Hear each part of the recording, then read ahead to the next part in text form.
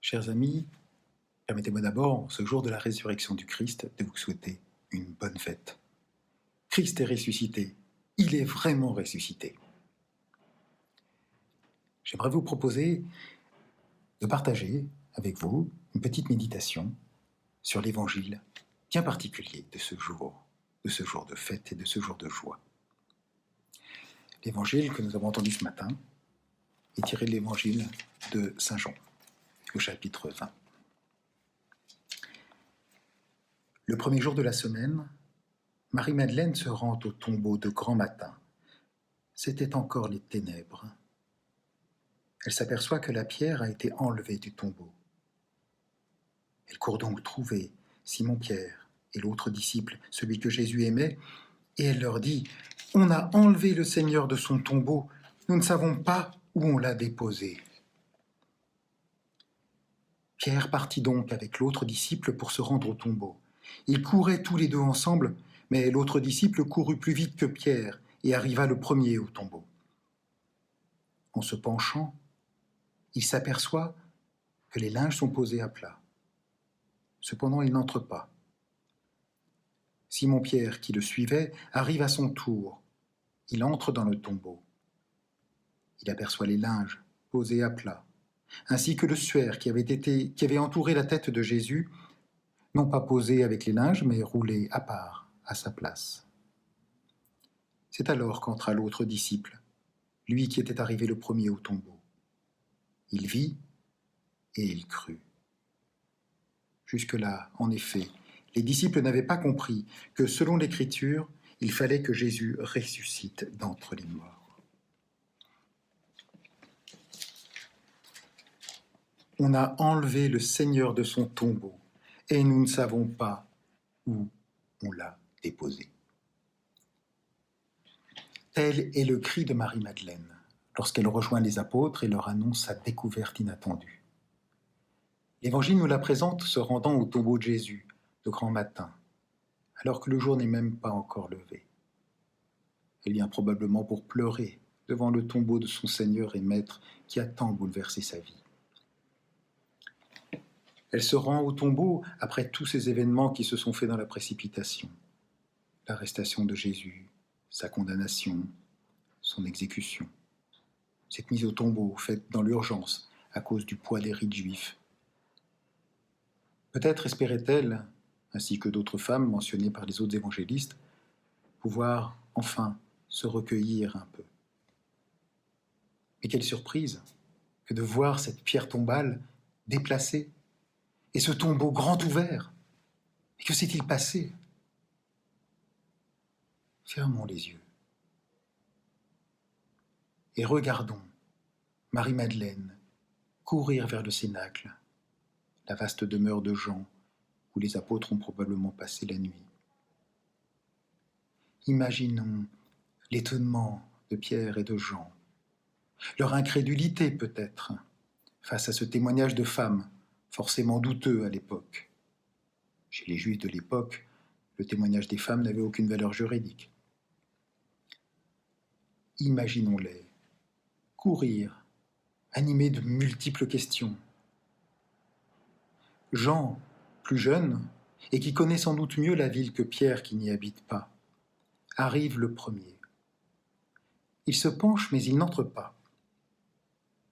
Non pas par préséance, à l'égard de Pierre, chef des apôtres, mais parce que Jean est prêtre permanent du temple.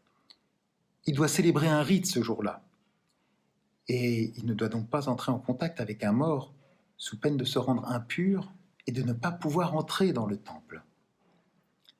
Ce n'est donc qu'une fois que Pierre lui a fait comprendre qu'il n'y a pas de cadavre dans le tombeau que Jean y entre à son tour. Jean voit les linges, et il en déduit qu'il ne s'agit pas d'un enlèvement. Les morts juifs sont en effet enveloppés d'un linge et ficelés aux pieds et au thorax. On peut se rappeler l'évangile de la résurrection de Lazare, lorsque Jésus ordonne « déliez-le et laissez-le aller ». S'il s'était s'agi d'un enlèvement, Aurait-on emmené le corps encore enveloppé des linges? À la simple vue de ces linges, j'en crois que Jésus est bel et bien vivant. Et tout prend place. Tout ce que Jésus avait fait, tout ce qu'il a pu dire, les Écritures. Oui, c'est évident.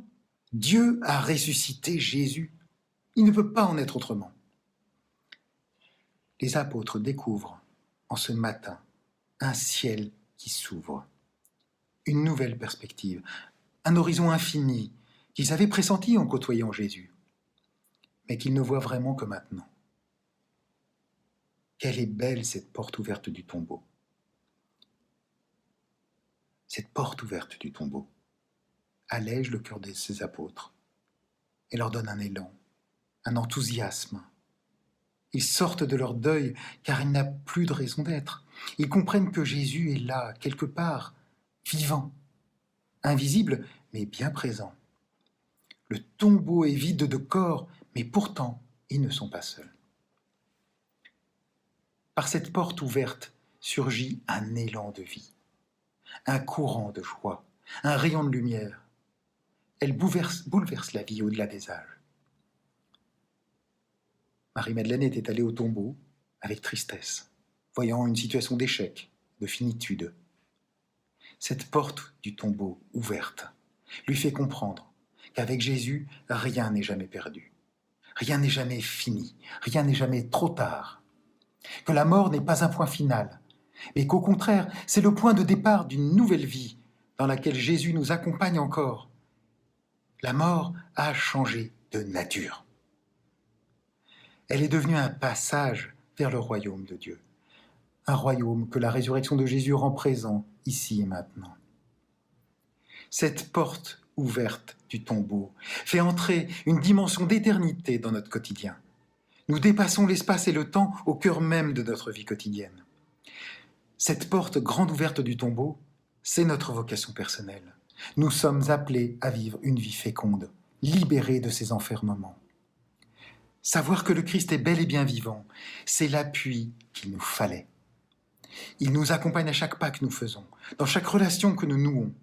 Il nous aide à ouvrir nos propres tombeaux à sa présence, dans la maladie, la souffrance, le deuil, dans les situations qui n'ont pas de sens lorsqu'elles restent dans leur seule dimension humaine. Tout cela peut prendre un sens, peut être source de vie et trouver une fécondité lorsque le Christ y est présent. Chaque moment du présent, même s'il semble désespéré, peut ainsi être renouvelé et trouver sa vraie dimension si je me mets dans la disposition du cœur de laisser le Seigneur y être présent. Comme lorsqu'on ouvre les volets d'une maison. L'ouverture du tombeau permet à la lumière, à la chaleur du soleil d'entrer. Pour aérer une maison fermée, on ne se tient pas devant elle en suppliant le soleil et l'air frais d'entrer.